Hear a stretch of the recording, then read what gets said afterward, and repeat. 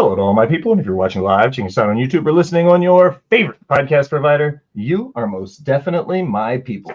Welcome to another episode of Botched Spots and Chair Shots. I am still your host, a chef by trade and a mark by choice. I am the Will Gray, and joining me tonight, I got him over here because he's running maybe the hottest up-and-coming debate show on TikTok live right now.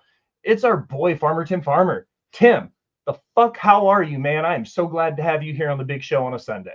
Man, first off, thank you for having me up here. Like I've been saying in all my lives, I will always plug the Will Gray. I will always plug Botched Spots and Chair Shots. Same shit, different toilet. That's been the recurring theme, you know. Same shit, different toilet. What's up, broadcast? Our boy Tom is here from the land down under. We love our Australian brothers. AJ Hoover is here, the EVP of Rivet City Radio, representing. What's up, Timmy? The Dickosaurus in the chat. Dad Hat says it's happy Sunday. Super tired, exhausted Dad Hat. But Tommy loves the D. Tommy does love the D. That is affirmatively 1,000% what I can confirm.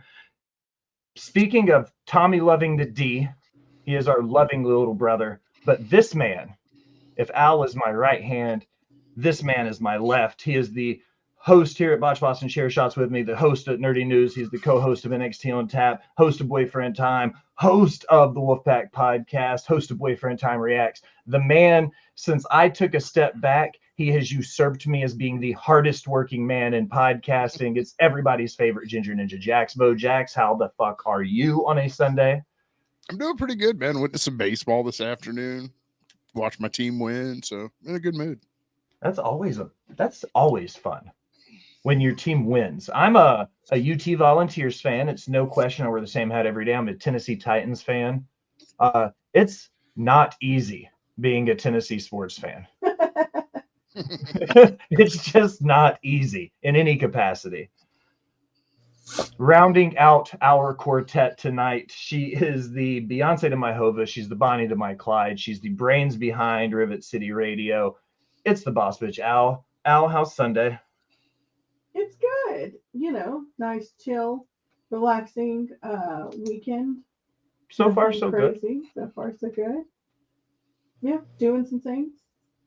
Look, we did the intro in 5 minutes. That means I'm hitting my times. I'm feeling really good about it before we get going on business. What's next, Bo? What do I do next?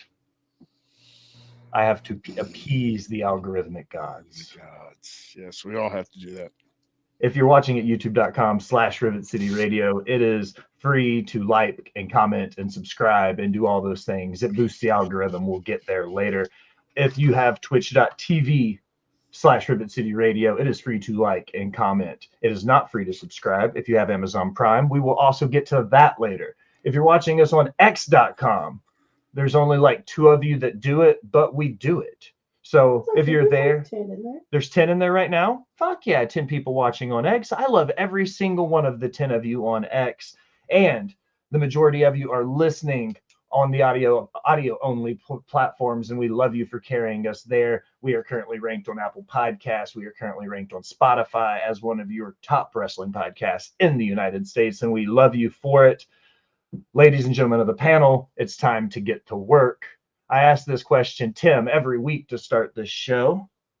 What has you pissed off for greatness this week in the world of pro wrestling? What has you the most worked up? Good, bad, indifferent? It could be a match, a finish, some gear. It could be some guy on the internet that's pissed you off. I don't care. This is the icebreaker, how we start the episode. You're the guest. You can say, hey, I want one of them to go first so I can get the lay of the land, or you could just let it rip, bro. What you got? I'll throw this out there. On the TikTok side of things, man, there's just a bunch of kids that are acting like kids. I ain't worried about that. On the wrestling side, what pissed me off, to be honest with you, it was the tag matches that we saw on Raw and SmackDown with the Creed brothers and the Authors of Pain. I don't see how you go from being number 1 contenders to being squashed by a tag team that we literally saw just hang out with Karrion Kross for 6 months on the other show. The Street Profits, I understand it's the Gorillas of Destiny, but if I'm being honest, the Street Profits probably shouldn't have been that team that should have taken that first loss. Honestly, that's really about it. I have to agree with him on the Gorillas.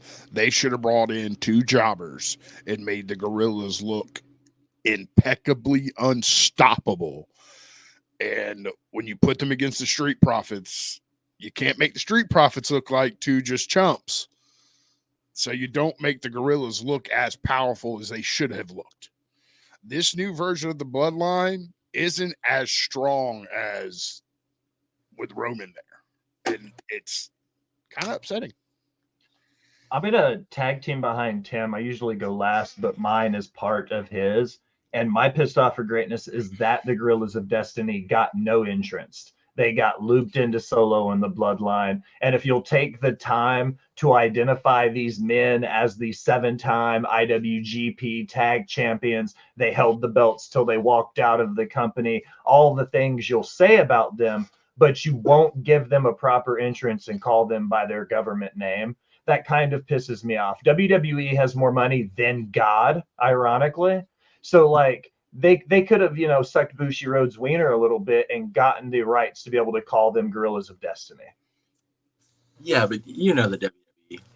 They want to make WWE. What's up, Devin? It's good to see you, Metal Mike. We love you, our brother from the Table Spot. Check them out on Mondays. AJ says, for once, guys, I don't have a pissed off for greatness. AJ's had a real chill week. He's just hanging out. What's up, wrestling today in the house? WTP. It's good to see you. Thanks for stopping by. Al, Bo, it's your turn. Y'all got anything for you? My thing is that we need to stop assuming things about storylines and think that everything that happens in the background of whatever's going on is part of the story. Like backstage shots sometimes are just fucking backstage shots, and there's people walking around because they're at fucking work. Not everything has to be an angle. I made a tweet that said that same thing. I literally said, guys, there's hundreds of people in production walking around. Not everything is a thing.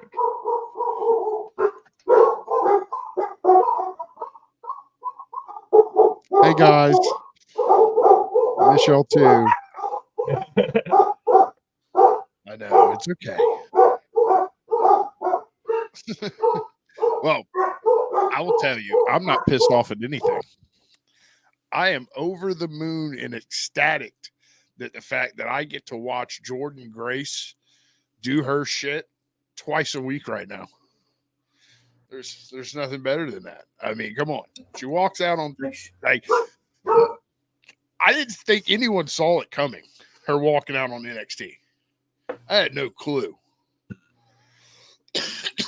And then for her not only to get a title match, but she's working a normal match also. I think that I know it's coming up in news and rumors, so I won't speak on it too long. It's the same dude every night walks his dog at the same time, and the dogs downstairs lose their fucking mind. But what that did was it showed me that y'all were hearing through my webcam and not my nice expensive Yeti. So it let me know I need to change my mic input. Same thing that happened to you, Bo. Like it fucking all of my defaults were switched off. It wouldn't let me change my audio. Like StreamYard updated and it shit the bed. Mm-hmm. Bo went, Al went, Tim went, I went. So that's all 4 of us are pissed off for greatness. We're making good time. I like it. I like it when a plan comes together and a well thought out show goes down. It's been doing that a lot lately. It fucked me up just now.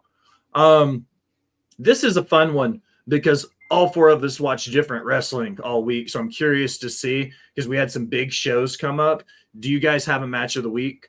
Scows, you can throw your pissed off for greatness in if you want to, but just let me know what it is and we'll bring it up. What's match of the week? Who wants to go first? Skip me. Let me go second. I'm looking for, I know the person, but I forgot the opponent.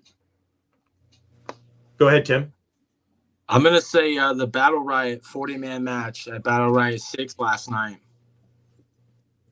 I mean, Minoru Suzuki in an MLW ring, random appearances by Jimmy Yang.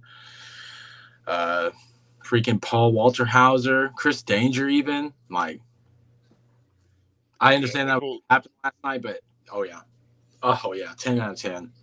AJ, you can have it be your match of the week because it still happened this week. So this is one of those weird episodes where we don't get to do it at the end of May. We're doing it early in June. It was the way the week fell. I'll let it slide. You can have Battle Riot count. This is still relevant. Mercedes winning a title in her first match.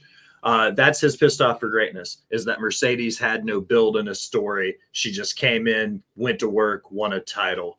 What do you guys think about wrestlers showing up on their first night of work and winning a belt? I'm torn. Yeah, because I mean, Okada technically did it, but in like what, 2 weeks? Yeah. When he showed. I mean, technically, she's been there for a little bit. She just didn't have a match. They debuted her too early. Do you think that's what it was? Because you think? Oh, go ahead, finish. I mean, if she wasn't medically cleared to wrestle, I'm not saying don't debut. Like, don't debut her that night. I guess you could have, but you don't debut her before Dynasty. That especially if she's not cleared to wrestle.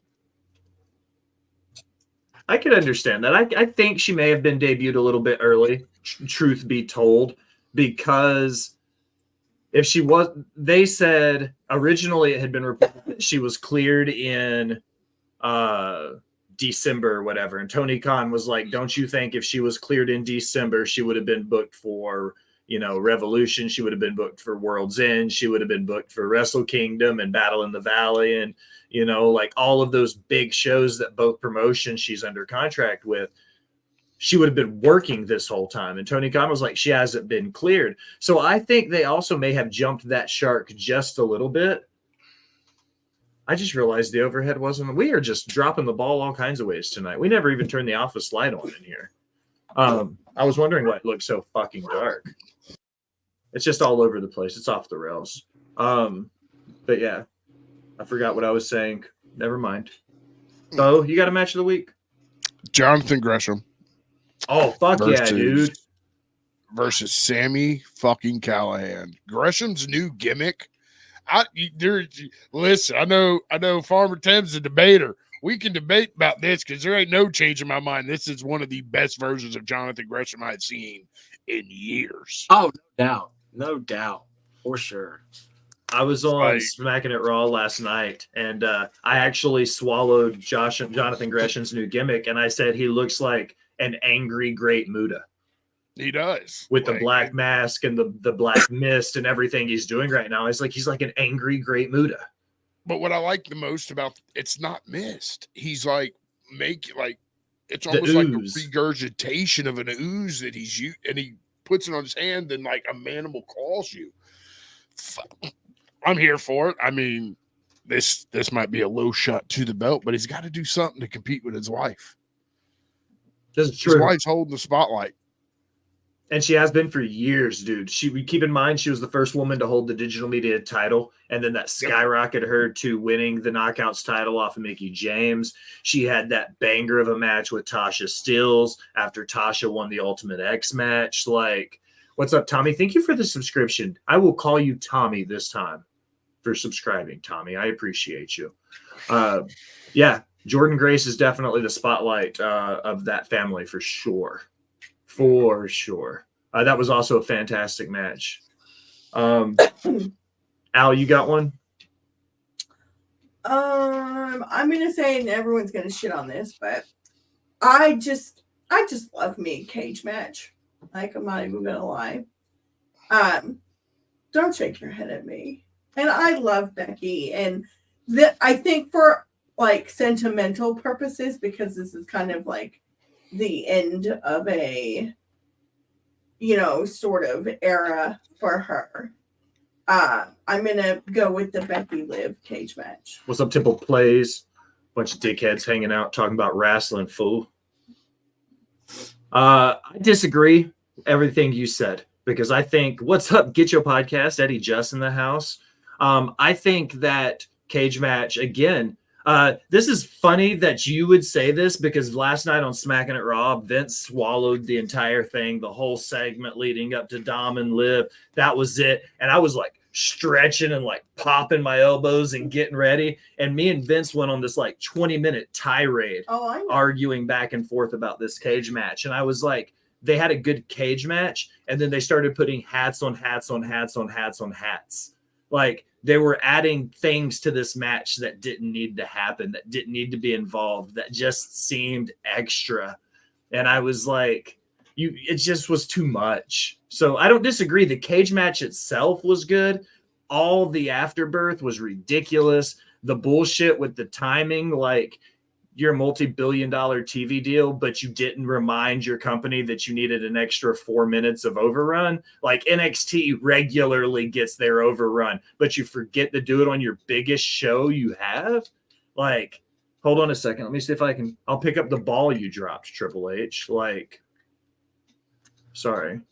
Cage match was good, though. I don't disagree. It was a good cage match. I just hated everything that happened afterwards.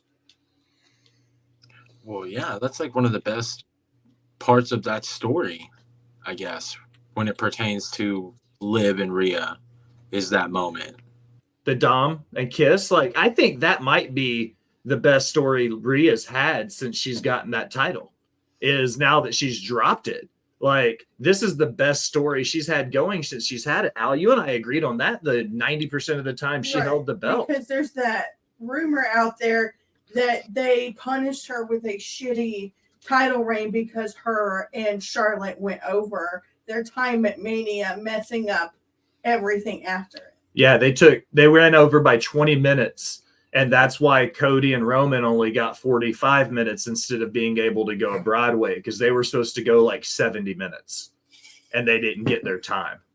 Didn't they let Rhea like solo the Raw Women's Division at Crown Jewel or whatever it was in that like Fatal 5-Way match? Yeah, pretty much. But I think the point she was making is outside of those like handful of matches for a year-long title reign, she was just as bad as Roman about showing up to work and defending that title. And people weren't having that conversation because they love Hot Topic Mommy.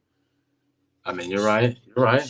She was there. She just wasn't defending it. She was more of a... She was a valet. For the Judgment Day. Supposedly they're doing the same thing to Bayley right now because she wasn't supposed to go as long as she did in the Rumble. So now she's being punished. Well, that was because the Rumble went long in general, and she ended up breaking the record. Do you guys watch New Japan? OG Blue, thank you for the first time chat. Hit that follow button while you're here, my bud. I personally like New Japan. I watch it live for Wrestle Kingdom, G1, and like some of the big shows, New Japan Cup. Best of the Super Dupers. They're in the semifinals. Best of the Super Dupers, man. And so like we might get some New Japan stuff. Is there something specifically you're looking for us to chat about, OG Blue? Let us know in the chat. Al, I'm sorry. It is your show. You were talking and I interrupted you. Supposedly Bayley's getting punished as well because she actually wasn't supposed to break Rhea's record. Like, they wanted Rhea to keep that. She wasn't supposed to break the record of Rhea being the longest in the Rumble. But is that to all her fault, or did some other people might miss spots that caused that? That's what I said. The show itself ran long. They said that. Anyways, starting with the Women's Rumble. Ooh, I'm sorry. I got the bubble guts from the Dr. Pepper. So, all right. Match of the week. Bo went. Tim went. Al went. It's my turn. I'm going to be honest with you. It kind of had a weird finish, but I'm a huge sucker for when tag teams do like babyface versus babyface 1v1 matches. So I'm going Ace Austin, Chris Bay, because those two guys went in there. They beat the shit out of each other with a little bit of that fucking code of honor. You know, they shook each other's hands. Chris Bay got that super safe roll-up victory, so neither person had to take a true pinfall. Neither person had to count the lights or get tapped out. So it was a great, safe finish for both men. You didn't have to break Team ABC up to make this match make sense. So I was here for it. Plus, I love good, hard-hitting matches, and that's what that was. They went in there, they knew each other, good chemistry, good timing, things that make a good match. So I'm here for it. Fuck yeah. All right. This is one of my favorite parts about every episode. And anytime somebody's here for the first time, I don't ever say anything. So I'm just going to roll the intro.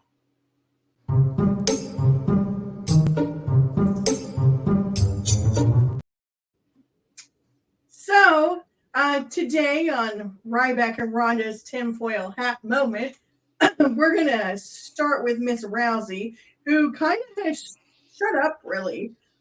She mostly has become a book reviewer. She's been reviewing books on her Twitter. Can she read? Apparently, yes. But, however, there have been some things said about her. So last week we talked about that she feels like she's not welcome at UFC events, yada, yada, yada. In rebuttal, Matt Brown says Ronda Rousey has no one to blame but herself for how she's treated. Show a little bit of fucking humility. We all know that that's definitely not something Ronda has. But I digress. Moving on to the big guy himself. We're going to do a week in review of Ryback's life advice. Magnesium is essential for everyone, but especially for athletes and people who exert themselves daily. It's a true performance enhancer and fuels our heart to handle higher workloads. #hungry. Never let a poor mindset of a lost young person who has been programmed to a negative default mindset from the womb stop the life of experience and knowledge we have gathered. All one sentence. The #hungry are essential for the future. This one I actually liked, so I'll give him this. Wishing everyone a great Sunday. Let's work. Never refriend someone that has tried to destroy your character, money, or relationship. A snake only sheds its skin to become a bigger snake. Greek yogurt is one of the best things we can have in our diets. It can improve gut health, enhance metabolism, and help build muscle. Ooh, we used a comma. Never relinquish the truth when others have been infected by lies. When we let their lies become our reality, we have lost. The truth is what allows good to prevail, and that's the last bite. #hungry. How many of these do you have? That's it. Okay. Some of those you're like, he's not wrong. And then some of those you're like, you're not wrong, but you're an asshole. And then some of those you're like, what the fuck is this dude talking about? Like, it's like the Ryback scale. Like, how crazy are we? Yeah, like, how crazy are we today? He is definitely trying to become an inspirational speaker. I don't understand most of the things this man does with his life anymore. I will say this out loud. All right. This is the deciding week. 2 weeks in a row.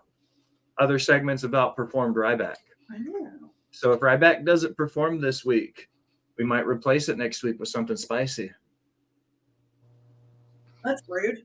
Hey, rules are rules. I don't make them up.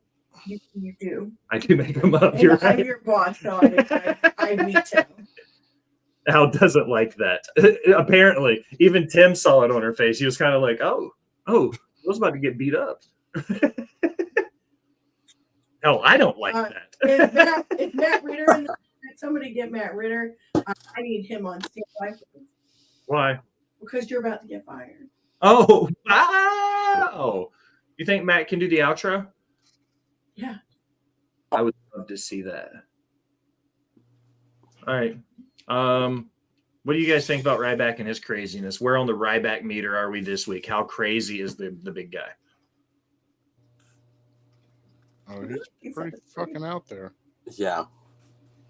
He's not his most crazy. He only had one tweet this week to Elon Musk about his engagement being down. Yeah. I mean, is he that bored that he just He's- talks himself into whatever He moves? said on TikTok 6 and 8 hours a day. He says himself, he's like, I'm a professional content creator now. That's what he'll call himself. He's retired from wrestling. He does his nutrition and content creation. So now that means me and Ryback have the same job, which means now I can make it a very hostile work environment for this man. Because he doesn't have me blocked on TikTok. He has me blocked on Instagram and Twitter and Facebook. But he doesn't have me blocked on TikTok. So, all right. Ryback, that's it. Anybody got anything else to say about Ryback? No? Okay. Al, you ready to chat about some newsy rumors? Newsy rumors. Newsy rumors. Hot takes. There's always the hot takes at the bottom, but no guest ever brings hot takes for us to talk about. So, Tim, this might be your segment, man. If you've got something you want to throw in here in between headlines. Man, I gotta think of something real quick, man. I've watched a whole lot of wrestling this last week or so. MJF's deal with AEW is long term and a multi-million-dollar per year deal per Fightful. No shit. Do we expect him to have anything less? Multi-year, multi-million-dollars. Yeah, that makes sense. Tony Khan has seen like how poor the ratings have been since MJF's been gone. So you know that man's going to do whatever he can to keep MJF there. Here's the question. Let's make a gentleman's bet on it, okay? $1. $1, gentleman's bet. All right. Is there going to be over 1 million viewers Wednesday night with MJF's return? Yeah.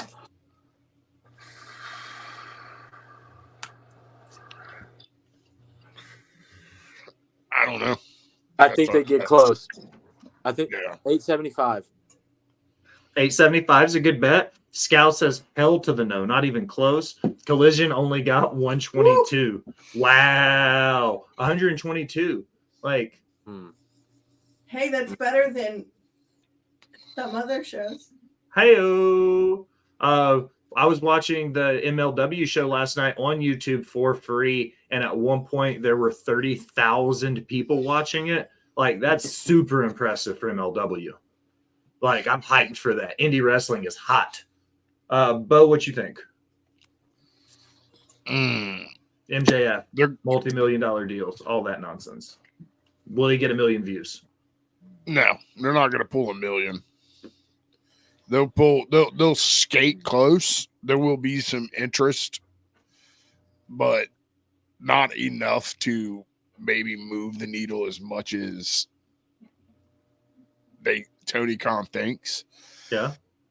I'd have gave MJF anything he wanted to keep him out of WWE's hands. So you said not 1 million, though. Where do you think they're going to fall? Give me a number, because whoever gets closest, I'm going to send $1 to, because that's the bet. I'm a gentleman. Half. 500K? Half. If Collision's pulling in 120, half. Al, what you think? I think they'll get 1 million. You think so you're going to take 1 million? Mm-hmm. Excuse me, guys. I'm sorry. I'm going to split the difference between Bo and Tim then and say 750. Timmy's saying 700. So, okay. Scout says not even Scout says 810. All right. There we go. All right. What's next on your list? In addition, the site says there are significant creative plans in place for MJF to have a high-profile feud. OG Blue says 800. Sorry. Now that he's back. A big feud had been planned last year between him and Adam Cole, but, everybody got hurt. Arn Anderson and Mark Henry are both out in AEW. Are we seeing the exodus of all the ex-WWE guys going home? There have been a lot of the legends that have left. What do we think? The grass isn't always greener on the other side. Yeah. Okay. I mean, pretty much. They're doing, Sting Sting got a good run out of it. What did Sting Mark did do Henry good. get? Tonight's the main event. What did Paul White get? Where was the last Yeah. time we saw fucking Paul White, yo? When he come limping out to the ring to pretend like he was going to have that one match? Of course. No, that's fair. Mike's in the running with 850. The Jericho Cruise, maybe, but has any of the four of us, as much wrestling as the four of us watch? Did any of us watch any of the shows from the Jericho Cruise? Can you? Yeah, you can watch them online and stuff. I mean, I kind of want to go on it. I would pay to go on the Jericho Cruise, not to help Jericho by any means, but to hang out with wrestlers for 5 days on a cruise. Like, yeah, that'd be dope as shit. Like 100%, I would do that. I just don't want to support Chris Jericho because, January 6th. So a year ago in the 2-week storyline, a year ago in that 2-week storyline. Thank you, Mike. The resident Dynamite expert. He's the host of the Boom on Wednesday nights with Cam. Go check them out. And not Phil the Future, Phil Khan. Phil Khan is also on that show. I always like the Till two the Phils. future is on NXT. NXT on Tap with Bo on Tuesdays.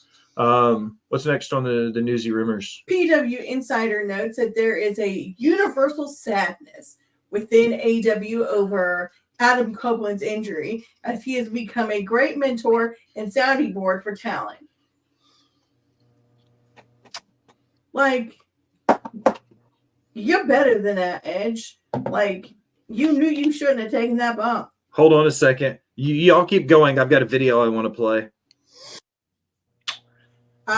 He fucked that bump up. He fucked it up. There was no. That's all on him. Yeah, there was no effort. The man didn't even jump, if we're going to be Did honest. he get nervous or something? Like, I've seen him take some crazy shit in my day. Did he get nervous to do just a normal fucking chest-to-chest slam? What?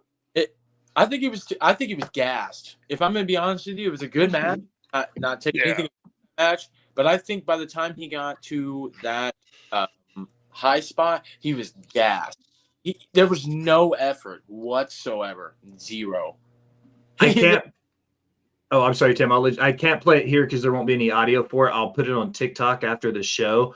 I recorded when he started climbing the cage. I recorded the screen while we were watching it because I wanted to get the reactions. And all you hear is Al go, "Oh!"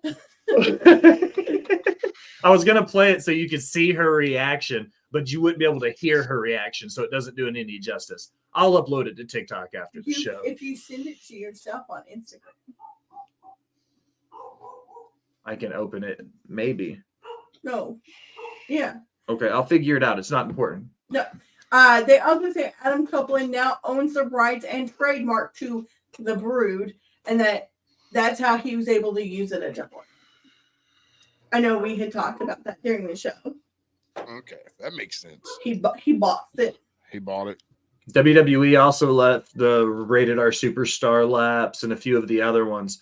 I made a joke on my Instagram post about it because I was like, somebody at WWE is going to get in a lot of trouble because there was a whole slew of WWE copyrights and trademarks that were coming up this year. And I was like, all of this money and all of the contracts, somebody in talent relations shit the bed. Well, they fired all of talent relations. Me and Scowls were talking about that the other night. There's a lot of shit that's screwy with their books. Like the amount of contracts that were up, the amount of trademarks that were up. Like somebody in the talent relations department of WWE dropped the ball. Again, I found this. You dropped it. I haven't been reporting it, but I've seen it. TKO has been letting go a ton of corporate people over the last couple of weeks. A ton. People that have been there for years, they let go of the talent relations chick that got Logan Paul to come on. They've let go a lot of people. You and I reported early last year because I'd probably say the second biggest nerd on the internet that week because Brandon Thurston reported it about the same time I did. We were looking through the buyout. It was a publicly traded company, so you got all the merger information. So I was, reading through the merger documents and shit. And again, I just reposted the Section 3 article about how there's a non-compete for TKO and stuff. And you and I talked about how one of the the key pieces of the merger was TKO wanted WWE to shed like $45 million in contracts or something like that. 50. $60 million in No, contracts. 50. Whatever the case was. 50? Was it 50? 50. It was 50. But we talked about it, and we saw all those cuts in talent. We saw all those cuts in the front of house. We saw all those. Now we're seeing corporate contracts in TKO cut. Like, they're slowly building up to that number that that Endeavor said, if we buy your company, these are the cuts you have to make. They've reduced production. Mm-hmm. The huge cut. Like, when they cut all that production back, they said it was for fans to put more butts in seats. That's exactly right, because you make all that money off the tickets. Yeah, You- Cody doesn't have pyro now. Yeah. Go ahead, Bo. I the only thing that looked different in SmackDown when it came to production is the screen was smaller. They didn't open any of those back seats up behind it, which I thought they would do. Maybe they just didn't sell enough at that show to merit opening it up. WWE will do that. Yeah. In a post on F4W Online, Brian Alvarez compared current AEW to 2019 WWE. He wrote that most people, not just wrestlers, don't know what they're doing until hours before showtime. Some are flown into towns and given nothing to do, while others are begged to fly in last minute to do something. Alvarez's AEW contacts say Tony Khan is incredibly difficult for the most part to get a hold of. Weekly television is booked show to show, while Khan knows what he wants to do for pay-per-views. That often changes as well. It was then the script for Double or Nothing was switched multiple times the afternoon before the show. The changes are talked about all the time by people in all roles, from wrestlers to the office.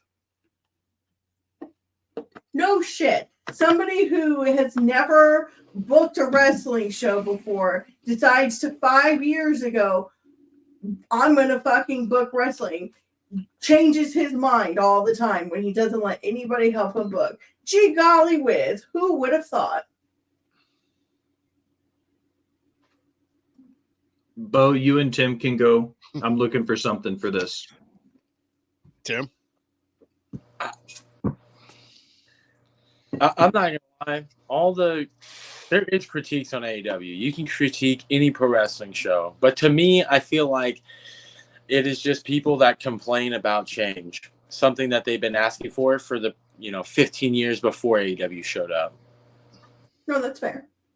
Like, for some strange reason, we have to. Tony Khan has to have like the booking ability of, insert any booker that's been booking pro wrestling for over 10 years. Like, it can't be that bad, or you would assume that the top stars around the world wouldn't come and sign for him, or you might run into an issue of them leaving and quitting. Like, you never. I'm not saying it's not possible, but like, right?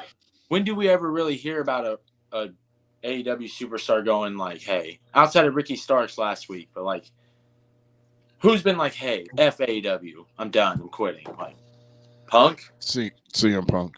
Yeah. Like, Yeah. I was in a Discord chat with the day job for Last Word on Sports, no free shout outs. And one of the guys who cover AEW talked about this specific article. That's what I was pulling up because I remember discussing it there in our social chat. And it says that's normal that Tony is keeping the bookings to himself. He does that to avoid spoilers and tells people and Dave kind of like other stuff. You know what I mean? Like, he gives people like outlines, but he doesn't actually tell everybody the full story, and he keeps it to himself. So that way it's like there's fewer chances of leaks as to what's coming and returns and surprises and stuff, right? Okay. And I said, that makes sense. But what I said is kind of shady is Wrestling Observer kind of switching this story and Brian Alvarez taking that information and then making it look like Tony Khan is like spasmodic and flighty by saying he's changing a lot by people not finding out till day of, that just might be Tony Khan's booking style. He might not let the boys know until they show up, because we know historically, and I can't believe I'm defending Tony Khan on air. We know historically that Tony's had a lot of issues with scheduling. Like people canceling, because he does put over a lot of indie talent. Sometimes there's travel issues. People can't show up. So Tony has to make these changes last minute for those reasons. You know, he lets his guys go out, his guys and his gals and his theys and thems. There's no defense for what he's doing. Please stop, Will. I'm sorry, Scals. I realized I was too far. I've already jumped off the ledge. I can't stop. I'm sorry. But the long and the short of it, I'm not giving him defense, but what I'm saying is there is a little bit of sense made here given that information. Like he's keeping it close to the vest because he doesn't want the leaks out. That's why changes are being made so late. So I'll let it slide. That makes a little bit more sense that way. And I'm sorry, Scals. I know I disappointed you. Gigi Dolan was not backstage at NXT this week, and Brennan can't read, reports her makeover storyline with Ariana Grace has been dropped, but has yet to hear why. Because it sucked. Yeah, because it kind of blew. It was booty doody poo. It was. You see all the other all the other amazing things happening on NXT TNA we're about to talk about. That some stupid like Barbie makeover story got dropped because it was a terrible story. Sorry, girls. Like work on something else. Lo siento. It was just the yin and the yang to the Thea Hale thing. Yeah. They made try to make Thea Hale a bad girl. They were going to try to make Gigi Dolan. Ooh, it's fucking stupid. What's that? The fucking Office did it. They did it to Dwight. What's the name of that fucking movie? My Fair Lady. No. Pygmalion, which is My Fair Lady. No, it was Pretty Woman. When he gets Pretty fucking Woman. made fun of at the mall and they like do the makeover. Like that's what they were doing to Gigi Dolan. They were pretty womaning Gigi Dolan. Yeah. Is that the way to say that? Sort of. Seems like it fits. Wait, the mall? You talking about 40-year-old virgin? Well, no, in I mean, go ahead, Al. Pretty Woman is a modern day interpretation of Pygmalion, which is the original book/play for that they made My Fair Lady with Audrey Hepburn. Yeah, that's like saying that 10 Things I Hate About You is the Taming of the Shrew. Because it is. 10 Things I Hate About You is the reason why the Joker exists, because he went crazy trying to impress girls. That's exactly right. That's why Heath Ledger lost his mind, and then he started pretending like he was a knight named William. Yep. As Natty's WWE contract expiration approaches, Fightful Select says she's keeping her options open and has been working on projects outside of WWE. This includes a possible Hart family movie. God, let A24 do it. Yes. Just let them do all the wrestling movies from here on out. Forever. Pretty please. Terry Funk that forever.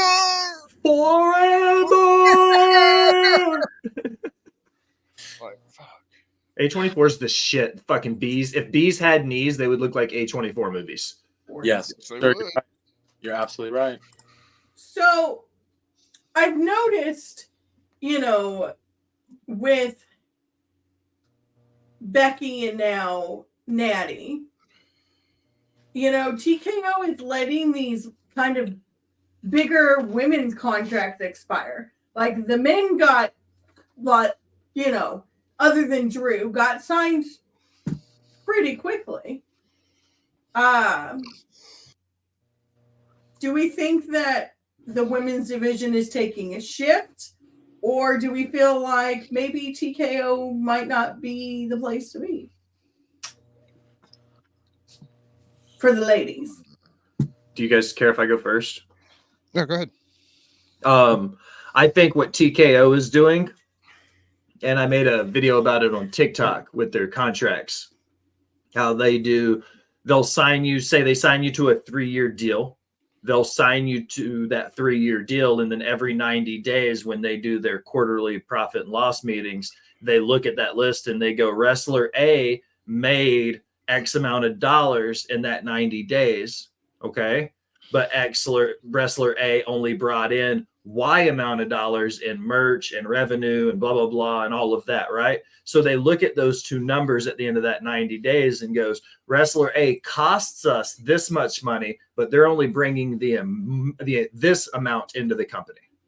That's how they decide who gets cut, is if you're not bringing in and drawing enough money to compensate what the company is paying you, they will cut you. And they do those 90-day rolling contracts. That's why you usually see cuts happen in the first month of each new quarter. That's why they were happening in April. That's why they're going to happen in June. They'll start happening in June, May, June, July, January, February, March, April, May, June. So they'll start happening in July again.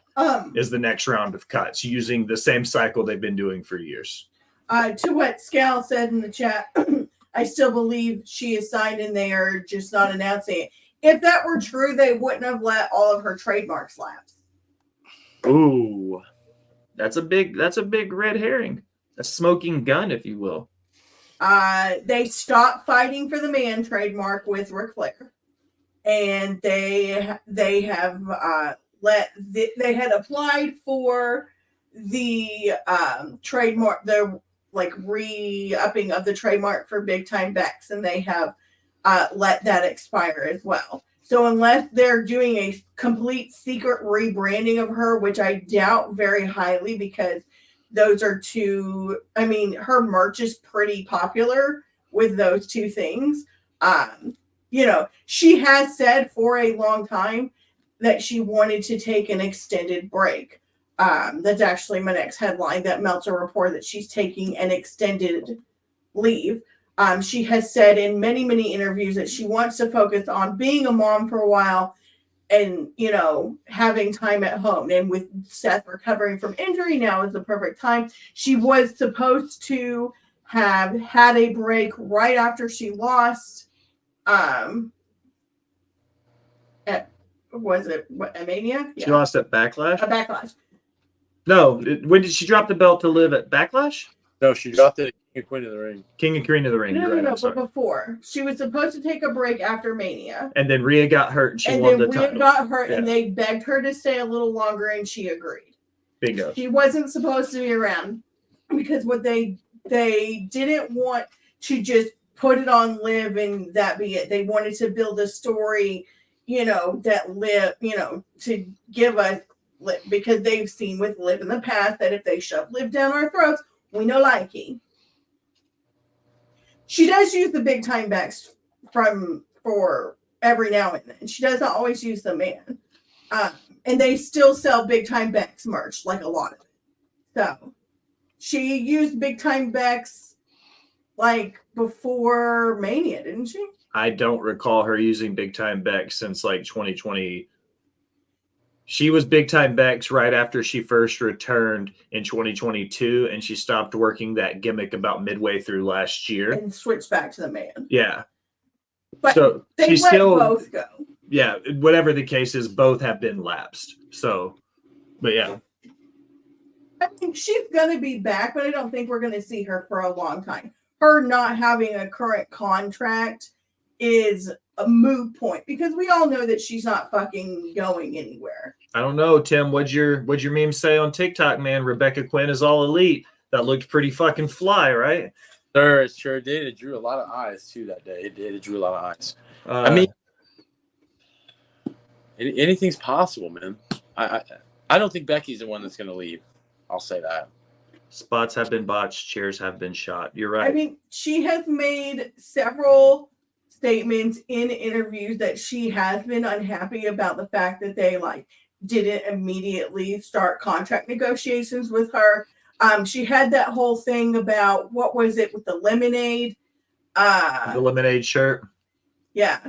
like where she was mad at Triple H. I can't remember what she was mad at Triple H for, but Bullshit stories. Same thing everybody gets mad at their booker for. right. Like she made that joke like she wasn't in Saudi because she was at home making lemonade, and then she like came and like sat next to the ring like drinking a glass of lemonade. Yeah.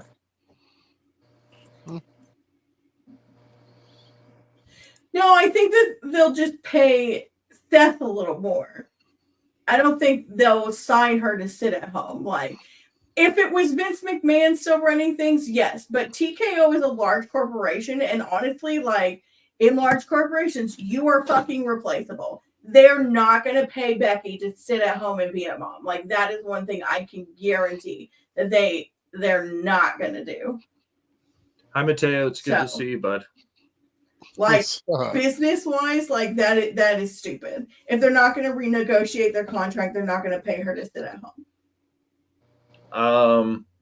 I don't know, man. It'll be interesting. I think they both show back up at Rumble. I do agree with Scowls there. He and I have been on a lot of the same wavelengths as of late, and per the usual, you and Scowls butt heads lovingly every day. And I love you both for it. You make working together very interesting. I don't think that she's like gone forever, but I do think she's gone for a while, and she definitely doesn't have a contract. Yeah, it is what it is. That's that. Tim, you got love from Sec, the authority figure from your TikTok live. She's in the house. She says you're doing great. Keep up the good work. She loves you. Oh, yeah. WrestleVotes was told that the partnership between WWE and TNA has been months in the making. Furthermore, there are tentative plans for additional superstars to make crossover appearances in due time. Both companies understand that a slow, thoughtful approach is the best way forward in the beginning stages, because we all know as soon as that non-compete is up, TKO will be buying TNA. Bo, what you think? You've been quiet for a little bit.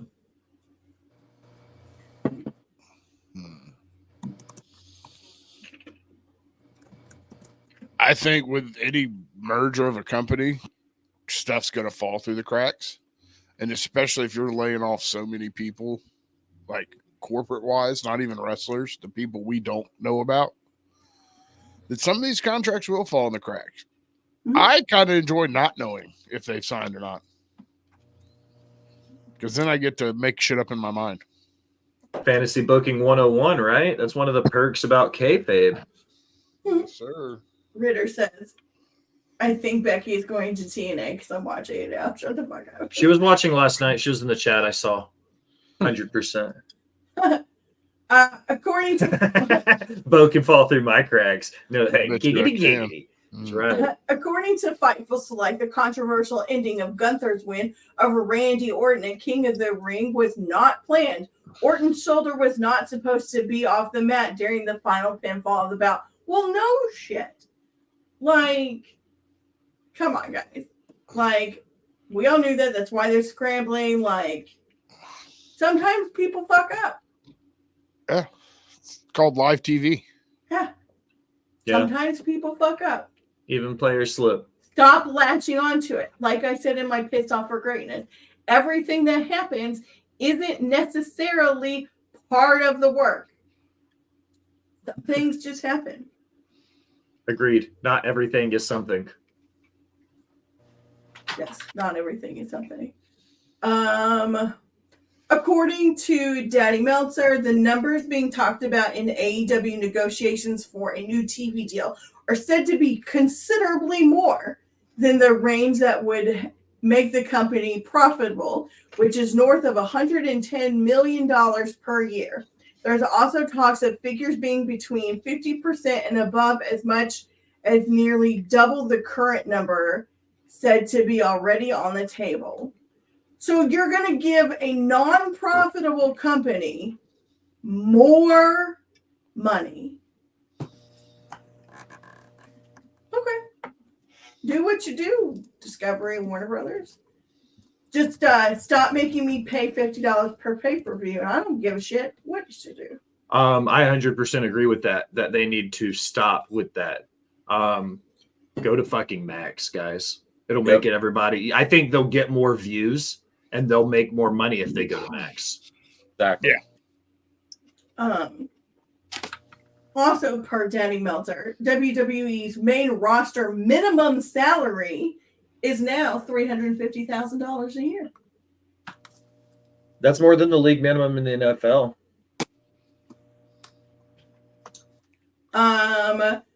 Fightful Select confirmed that TNA cuts this week include Lou D'Angeli.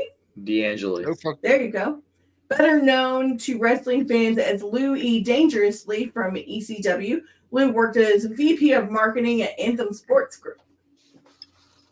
Now we're going to dive into, because I know Will wanted to talk about it. So I'm going to read several headlines about TNA and NXT and Jordan Grace and all the things. This is it. You guys ready? Of course. Jordan Grace is in Sorry. to Battlegrounds NXT Women's Title Program will not be the only WWE TNA collaboration in the days ahead, according to PW Insider. Their sources believe there will be some sort of NXT representation in future TNA events and programming as well, but haven't heard how much crossover there will be and whether it could be anyone beyond Roxanne Perez. Grace signed a contract with WWE for a minimum of 3 dates. Her surprise appearance this week, a TV match next Tuesday, and her Battleground title shot against Perez. The deal between WWE and TNA Knockouts champ is said to be in the 6-figure range. Interesting. Fuck. Yeah. Hey. 6 figures for 3 days of work, gentlemen. Yeah. You don't spend 6 figures and not put that belt on her, you're crazy. Yeah. Exactly. Yeah. Did you want to do the rest of them? What was the other ones? WWE went to great lengths to keep Grace and Ethan Page's appearance a surprise, including listing Grace as Alexa Bliss or Lita on run sheets and playing Lita's theme at a show walkthrough. Fightful says Perez specifically asked not to be told who her Battleground opponent would be so she could have an authentic reaction for the reveal. Okay. Go ahead. Roxanne Perez. I love Roxy. I've loved her since NXT or since Ring of Honor. But stop making them stupid fucking faces. She's just straight up like fucking stop. Sorry. You're not a Roxy fan except when she's like beating the shit out of people. What do y'all think about heel Roxy though? Like, what do y'all think about since she's went heel? Because we hadn't seen her heel. We didn't see her heel when she was at Booker T's school. We didn't see her really heel in Ring of Honor. We didn't even see her turn heel when they made her drop the belt when she left. She was pretty much been a babyface her whole career now. So what do y'all think about heel Roxy going into this and everything going on with her and Jordan Grace and stuff? Like, I'm lukewarm. Lukewarm on it? Timmy, what you think? Tim, I'm sorry. I was thinking about Timmy in the chat. I'm sorry. Like, I'm about the same room temp. I don't know. It's the faces. Like, Yeah. Bo, you're a Star Wars fan. You remember what a tauntaun is? Fucking love tauntauns. I want to live in one. You know the internal temperature of a tauntaun? Not off the top of my fucking head. Lukewarm. I hate it here. yeah. Well. Wow.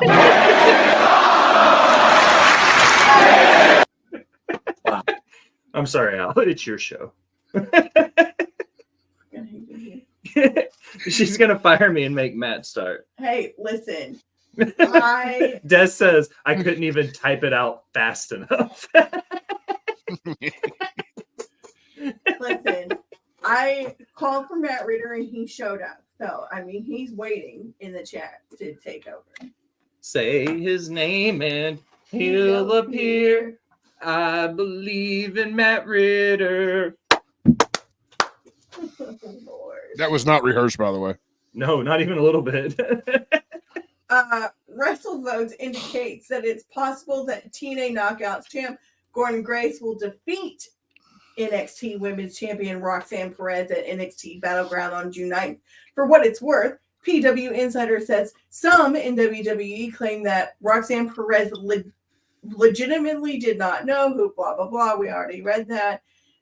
She didn't know. Insider claims the belief in WWE is that there will be some sort of NXT involvement at TNA Against All Odds in Chicago on June 14th and possibly Slammiversary in Montreal as well. Do we need to go to Against All Odds in Chicago on June 14th? That's in 2 weeks. Oh, no. Like, no. There's no way. I mean, I bet we could find somewhere to stay. Word on the street is, the Rack believes in you, Thomas. Word on the street is we might have a connection or two in the city of Chicago. Here's my take on it. And I say this every time this happens. Eventually, some of these motherfuckers will drink the Will Gray Kool-Aid. I started reporting on this show, lovingly supported by my brother, Bo, and by my partner in crime, Al, there would be TNA representation in both the Rumble and on television in 2024. And nobody took me seriously when I said that. Well, you made it very clear to everyone out there. An hour before the Rumble started on a TikTok live in St. Pete, that there was a TNA represented in the house, in the building. They said, Will, who's your guest? Who's your guest for who's going to show up? And I said, without a doubt, TNA Knockouts champion Jordan Grace is in the Women's Royal Rumble. Well, what? I mean, you may have had somebody in the building text me to let me know they were in St. Pete because I texted them to ask if they were there. Yeah. So what? Wow. What the fuck ever? It still counts. I can't help it. My friends are super cool. Every Botched Spots and Share Shots poster has a hidden rack now. That is absolutely factual information. I don't like it when you guys say things like that. It makes me blush because I don't take what I do seriously.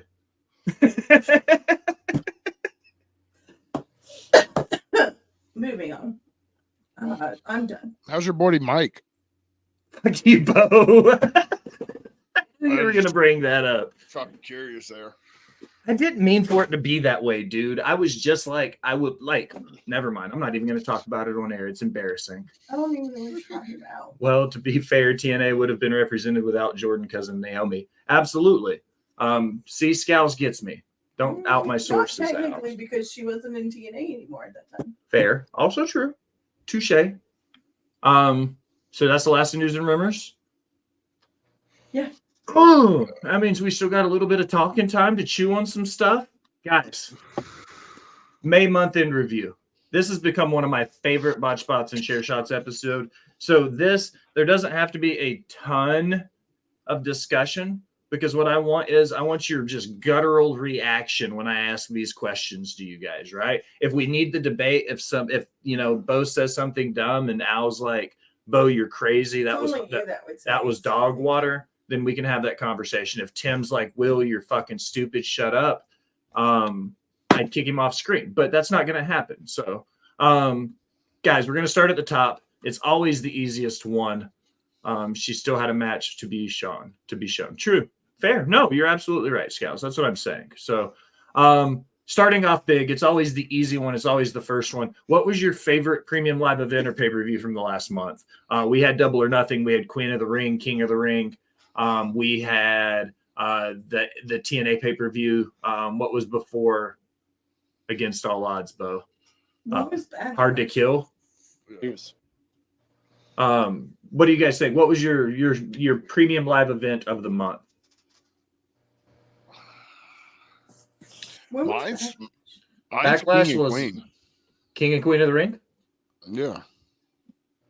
I think it was well put together. I liked it. I enjoyed the shit out of it. It was also in May as well, Al. It was May 4th, I believe, or May 8th, something like that. So Backlash would qualify if you needed to. King and Queen of the Ring would be my top WWE pick. I think that was the best show of the month. What's up, Sec? Thank you for the subscription over on Twitch. That's super dope. We appreciate it for the tier 1 sub, Sec. Thanks you for coming over and hanging out and supporting the group. We'll see you on TikTok, I'm sure, when we go over there for the after party. Tim, what do you think? What was your show of the month? I'd say Double or Nothing. MJF's return. It's yet again another AEW with like half the matches on the card are thrown together within 3 days, yet they're absolute bangers. Like Toni Storm, Serena Deeb. It's the best women's match I've seen probably in a couple of months. Obviously Roderick Strong versus Will Ospreay. Fuck. Banger.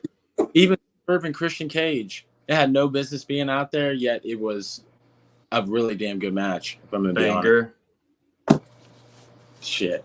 The only bad match on Double or Nothing's card was the Hook Jericho Ciabatta Bread match. You think that was worse than the Konosuke John Moxley match? Hype Train has started. Anonymous gifters giving out subs. We appreciate you. 2 subs went out. Hype Train is incoming, guys. Do your thing. Send the biddies. Do the subs. Love on us. Stroke our egos. Tell us how great we are, how terrible we sound. Either way, it boosts the algorithm. Yeah, the Hook Jericho match was 1000% the worst match of the night, in my opinion. Way worse than Takeshita. In my opinion, though. But I'm also not a Hook fan. Off the Top sends 100 biddies. We love you. According to Mark Slur, Mercedes and Willow was the best match ever. The last night on Smacking It Raw, I said that I swallowed that 18-minute. It was a good but not great wrestling match. It was a great way for Mercedes to come in and knock some of the ring rust off. And I think that, look at Tommy throwing in the biddies too. Thank you, Tommy. That Hype Train 71%. You guys got 4 minutes to get us to level 2. I keep losing my train of thought. The chat's going crazy right now. Ryback's already done, Matt. You missed it. So I lost my train of thought. What was I talking about? Willow and Mercedes. Oh, yeah. The 18-minute was a good match, not great match. But also I was super pissed about the fact that AEW's 5 years old and they have yet to have a women's match go over 20 minutes. They have more than a handful of matches where guys are going over 60 minutes, but they haven't had a women's match cross the 20-minute mark yet. Seems wild to me. Yeah, Scouts followed me up right there. That's the longest match in AEW women's history. Facts. We've seen Iron Women matches in NXT that went 60 minutes that were fucking phenomenal. You know what I mean? Like, we know the women can work the matches. I'm not saying give them 60 minutes on TV, but give them more than 4, 5, 8, 10-minute segments. Like, give them a 20-minute 2-segment match. You know what I mean? And it not be 3 fucking commercials and 3 pictures while you do it. Sorry. Al, what was your premium live event of the month? I'm also choosing Double or Nothing. Well, that's 3 for 4, man, because I say Des sent 100 biddies. Thank you, Des. That Hype Train is now at 77%. Double or Nothing, best AEW show. Al sending biddies now. That's the same thing as putting money in your pocket. Double or Nothing for AEW, King and Queen of the Ring for WWE for sure. Next up, storyline of the month. What was your favorite story from the month of May on television or otherwise that you saw come to completion, or you saw the best progression in, or what you think was the best represented story on TV? Look at all those biddies.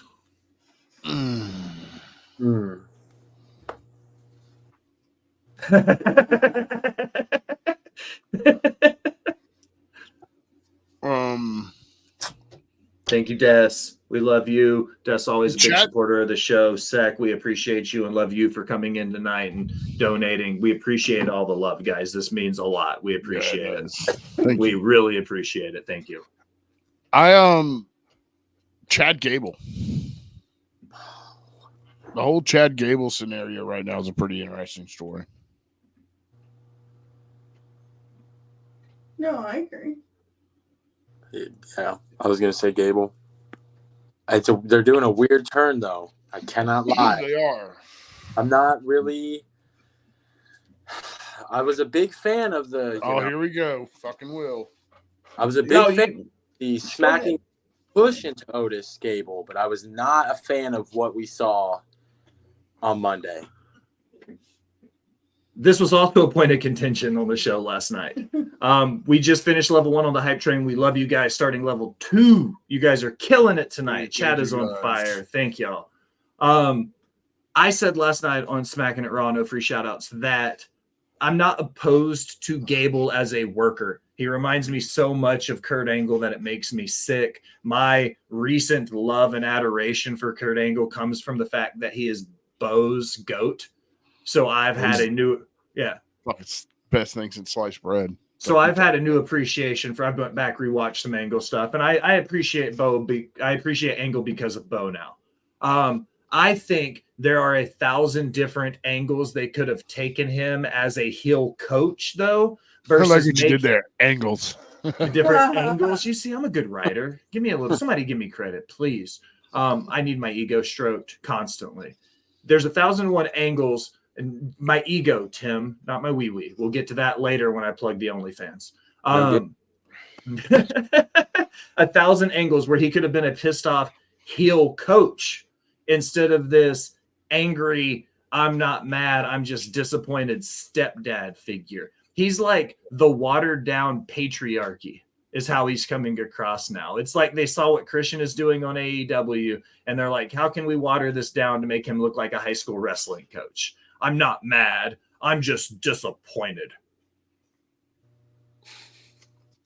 That can sometimes be worse. WWE. I've said that. I definitely agree it can be worse. But I also, again, not the biggest Gable fan. I'm not yucking any yums. Katie, Shealy, Showcase loves Gable. Thinks he's, she's, Perk Gable, if you know what I'm saying. Like, she is really willing and Gable. However many puns I need to throw out there for you. And I appreciate my friends that like mediocre wrestling. I love you guys for that. Al, you got a storyline for us? I think I pissed Bo off. Bo, I love you. I'm sorry. I'm in a great. Scal says Uncle Howdy is the best storyline in his opinion. I don't disagree. He's definitely up there on the list for sure. It's going to be Scal's. I'm calling it now. That Scal's answers next month also. Because there won't be any resolution between now and then. There might be. What was the date? But June 17th, Scals. Wasn't that the last date in the most recent one? Yeah. That's the estimated debuts. Yeah, the Raw after it's after the next pay-per-view. The best storyline is the one that I have created called Free Paul Heyman. Okay. No, I'm kidding. I don't know. There's not really anything I'm just like, oh my god, this is awesome right now. I mean, it's summer. There's not a whole lot going super on because everybody's fucking hurt. Summer of injuries. Everyone's hurt or they're taking time off. Like, honestly, the best thing happening right now is literally nothing. I don't know. I ain't got shit. I'm gonna go with Scouts with Uncle Howdy because it's the only thing that's like super interesting right now. What's up, Bree? Go ahead. It was another good storyline. What's this that? Is just a bonus. Was the Ethan Page one without knowing it was Ethan Page on attacking everyone? That's true. Good look at Bo putting over NXT. I love that. Hey, my top storyline isn't from any of the big companies. And if you didn't watch GCW Tournament of Survival 9 yesterday afternoon, go back and rewatch it if you have a chance. The main event, John Wayne Murdoch winning Tournament of Survival, finally getting that feather in his cap as far as being, the heir apparent to Nick Gage is like the deathmatch guy. It was like Nick Gage and Tremont forever. And now it seems like Murdoch's like that guy ready to step up into that like Mount Rushmore of deathmatch. What's up? A lot more. Another sub came through, guys. Thank you for that. Anonymous Yes. going to Bree. You guys are killing it. We love you. NXT is the best weekly show, period. Tournament of Survival saw the blow off in a Cage of Survival match between Effie and Mance Warner. And watching it happen and everything that went down, like that was a story. And people say independents don't tell stories, and you go back multiple shows now to when Effie beat up Mance, and then Mance tied Effie to the ring and he beat up Allie, and then they had the other match and Mance took the drill to Effie's hair and ripped the hair out of the side of his head. And now he's got the tattoo that goes across the side of his head where his hair was ripped out. It says Effie is fine. Like, this story has been building for months. And then they got into that cage match and just beat the living shit out of each other. So it's been going for more than a month. But my opinion, the best storyline right now closing was that GCW story with Mance and Effie. 100%. Plus, I'm always going to put alumni of the show over. Like, 1,000% chance. So something like that. Yeah. Fair. This is fun because I'm asking you two different ones real quick. And I'm going to ask you who your favorite superstar of the month was. Then I'm going to ask you who your favorite wrestler of the month was. You see how clever I am there? Because I don't think they're the same thing. So who's favorite superstar of the month, guys? Nia Jax. That was quick. Came out of the barrel with that. She's killing it. Bo? That's the storyline I care about. That's it. That's the one. Nia's Queen of the She Ring. found it. Yeah. Gunther is my favorite superstar. Fair. Wait, no, superstar. The next one's wrestler, right? Yeah. Oh, no, it's backwards. Cody's my favorite superstar because he's a fucking superstar. Yeah. Like, All right. Tim, did you answer? Nia Jax. Of You're going to go course. with Nia Jax? We just watched her go through, well, this month. Yeah, we watched her go through Bianca, technically Jade, and Lia Valkyria. So, I mean, That was a great match, too, at Queen of the Ring. should have been me. I would have just tell me where to sign. I'm superstar of the month. As much as I hate to say it, I'm going to fucking give it to Liv. Like, how do you be the most generic fucking person on the planet? Person. What the fuck's happening? You put me in the boss. You're like, go to the corner, Will. You're I grounded. like took you off of the thing, and then I realized I wouldn't have a mic. And Oh, but Liv has had a great month. She went from me not giving a shit to her being a vital piece of the Raw story now, because I think where they're going with this, Liv is taking everything for Maria. Story is good, but I think she's mid as fuck, and I don't think she's convincible as a champion. And again, somehow with Rhea not even being on TV, she's continuing to carry that women's world title. You see how I did that? Like, I'm going to give it to Liv, but not because of anything she's done, but because of everything everybody's done around her to make her look like a superstar.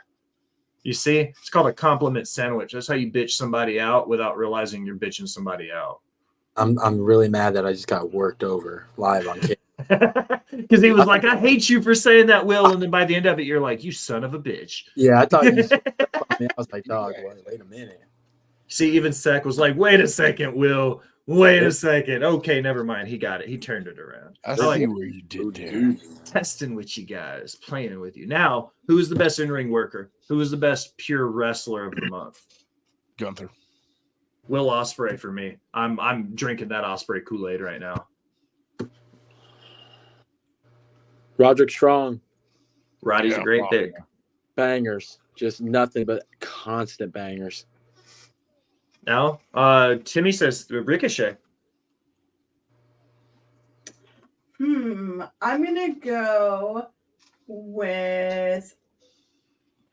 I'm gonna pick Jade. She's done a really good job showing the moves and stuff. Her entrance may be the best entrance in WWE. The fucking X-Men theme coming out with the storm and all of that. Fucking whoop, whoop, whoop.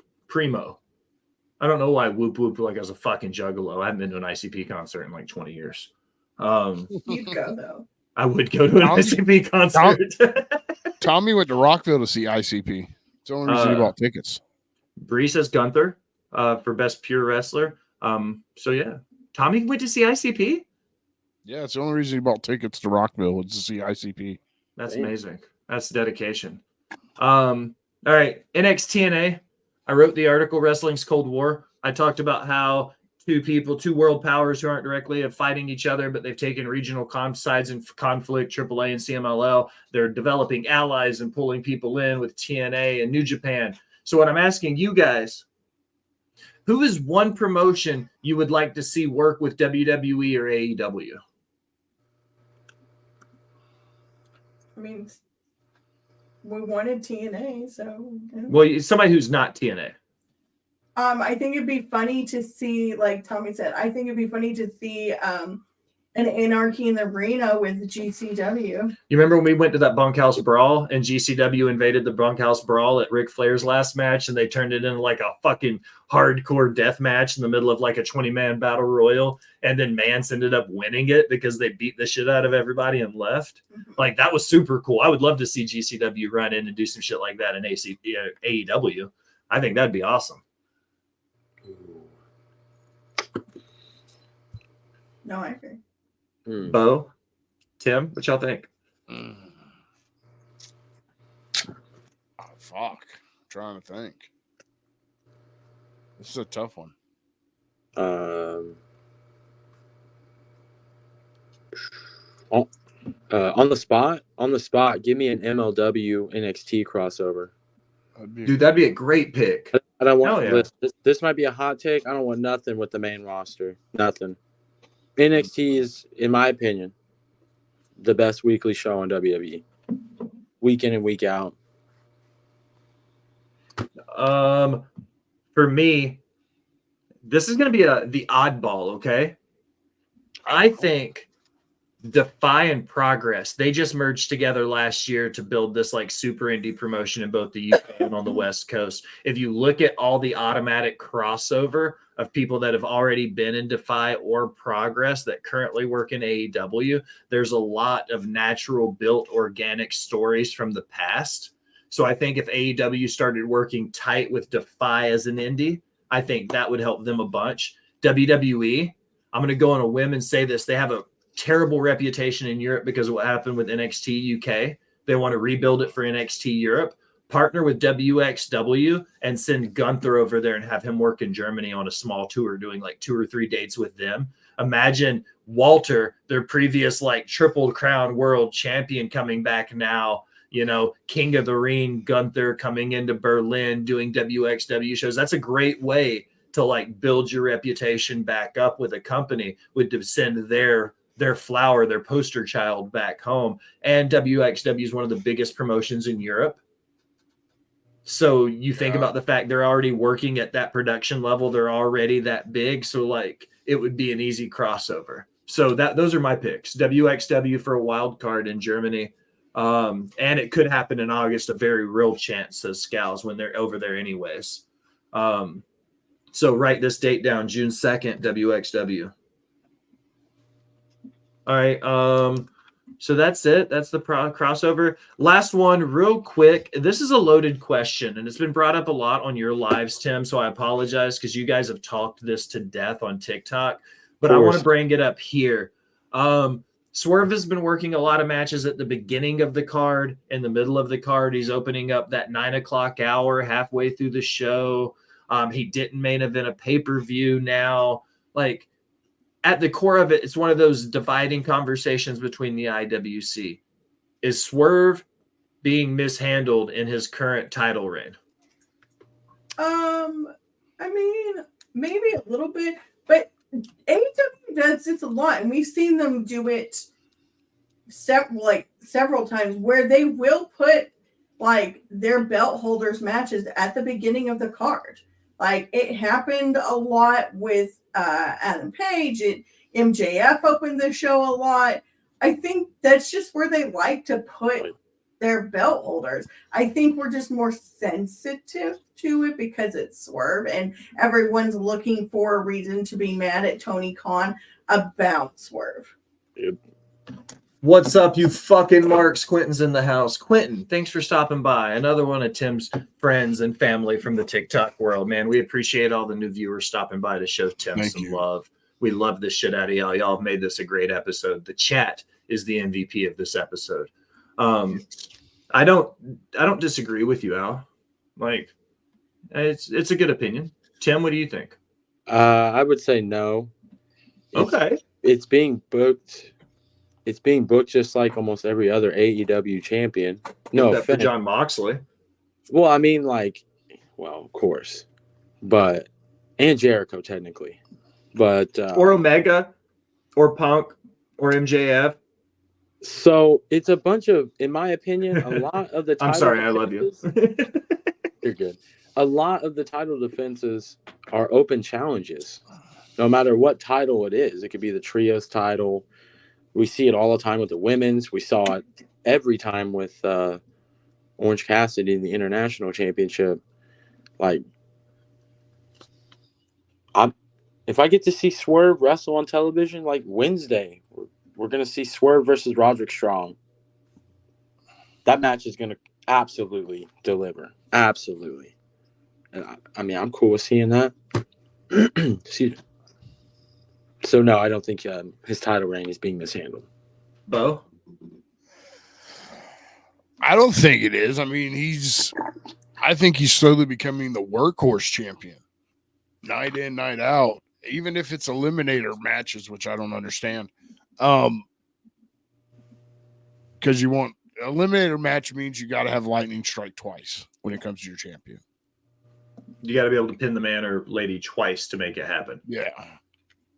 But best 2 out of 3, really. Best of 3 series. Yeah, pretty much.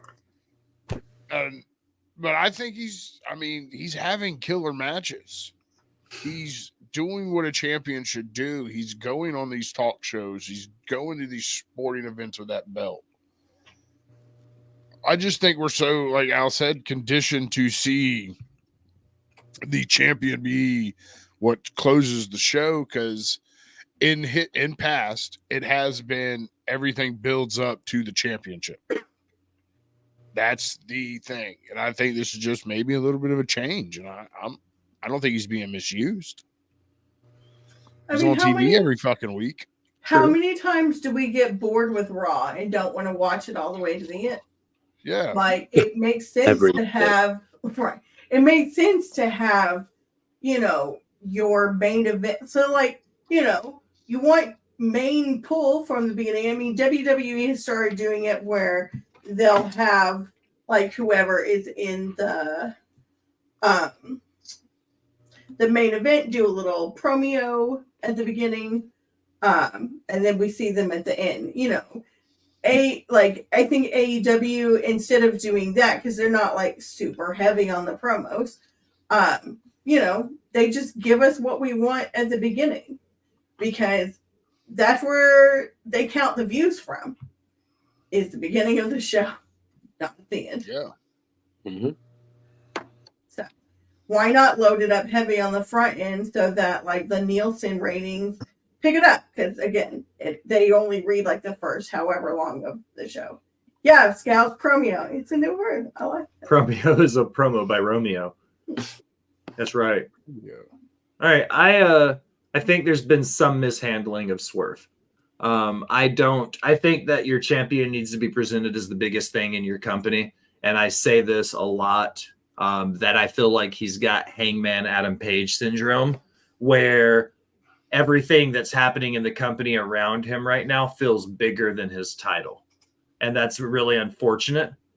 But so it's not necessarily, maybe not a mishandling. It may just be the fact that there's a lot of really great things happening in AEW right now at the same time. Like with Hangman, you had MJF's return, with all that stuff that was happening, and it seemed bigger. Now you look at what's happening. You've got Swerve as the champion, but you got the Young Bucks versus Tony Khan, and Team AEW versus Team the Elite, and all of the other stuff surrounding it, I feel like seems to be swallowing Swerve's title run. and he's just the champion during all of this cool stuff. He's not the face of the company. That's how I view it.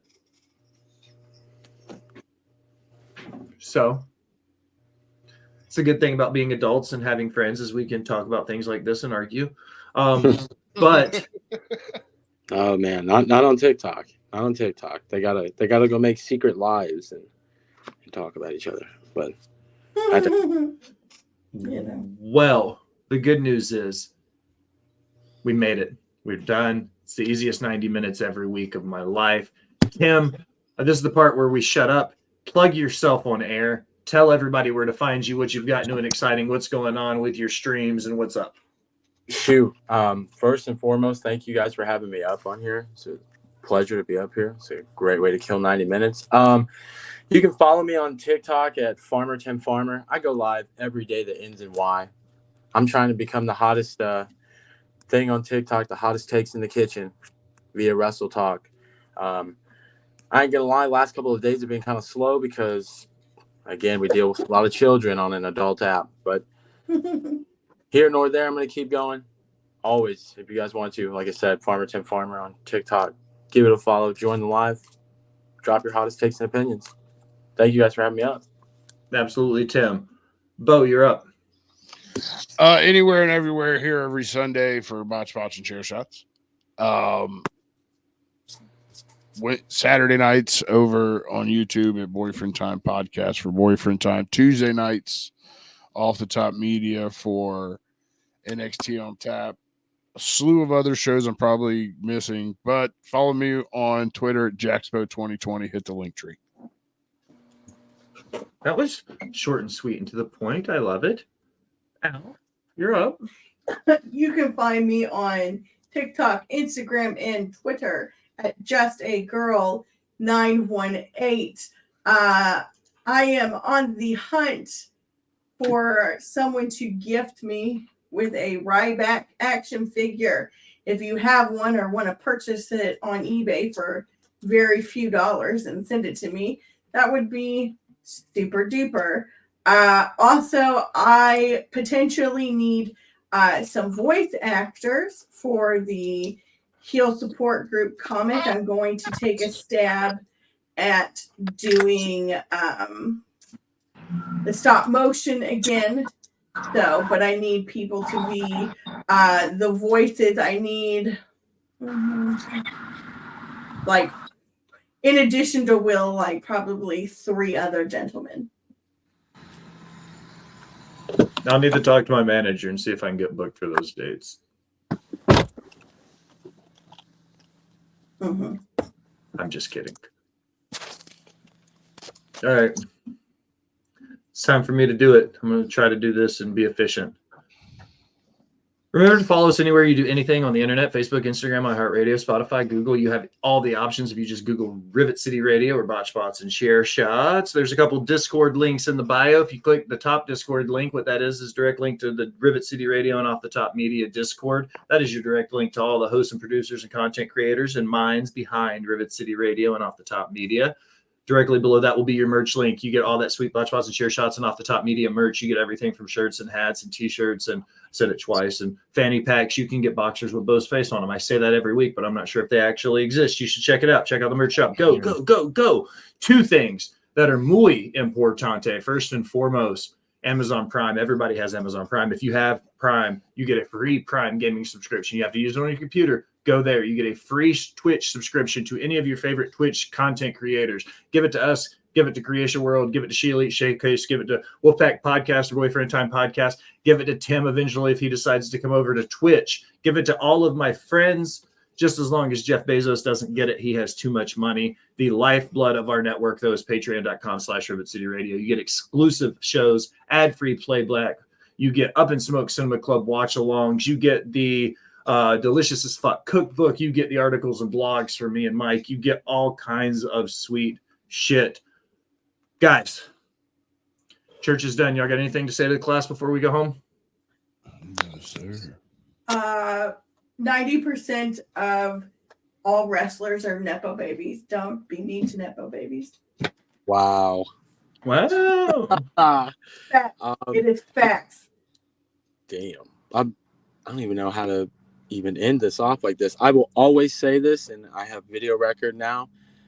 Will Gray is a great wrestling mind. So is everybody else up here.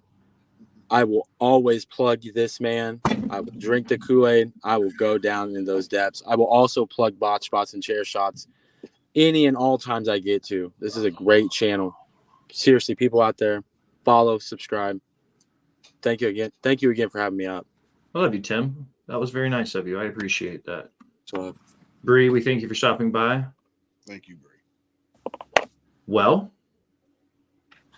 now as we close, there was some Botched Spots and Chair Shots. I'm taking a minute. Thank you for listening. Remind you to go wherever you do anything on the internet. Like, follow, subscribe, unsubscribe, and subscribe again. Leave a comment telling me how great I am or how terrible we sound. Either way, it helps the algorithm and it helps find new listeners. If you're feeling really generous to be one of the VIP people, head over to patreon.com and donate to the Rivet City Radio Podcast Network. You get some fantastic swag. We get some fantastic guests. It's a win-win for our boy Farmer Tim Farmer, everybody's favorite Ginger Ninja Jacksbo, and the boss bitch Al.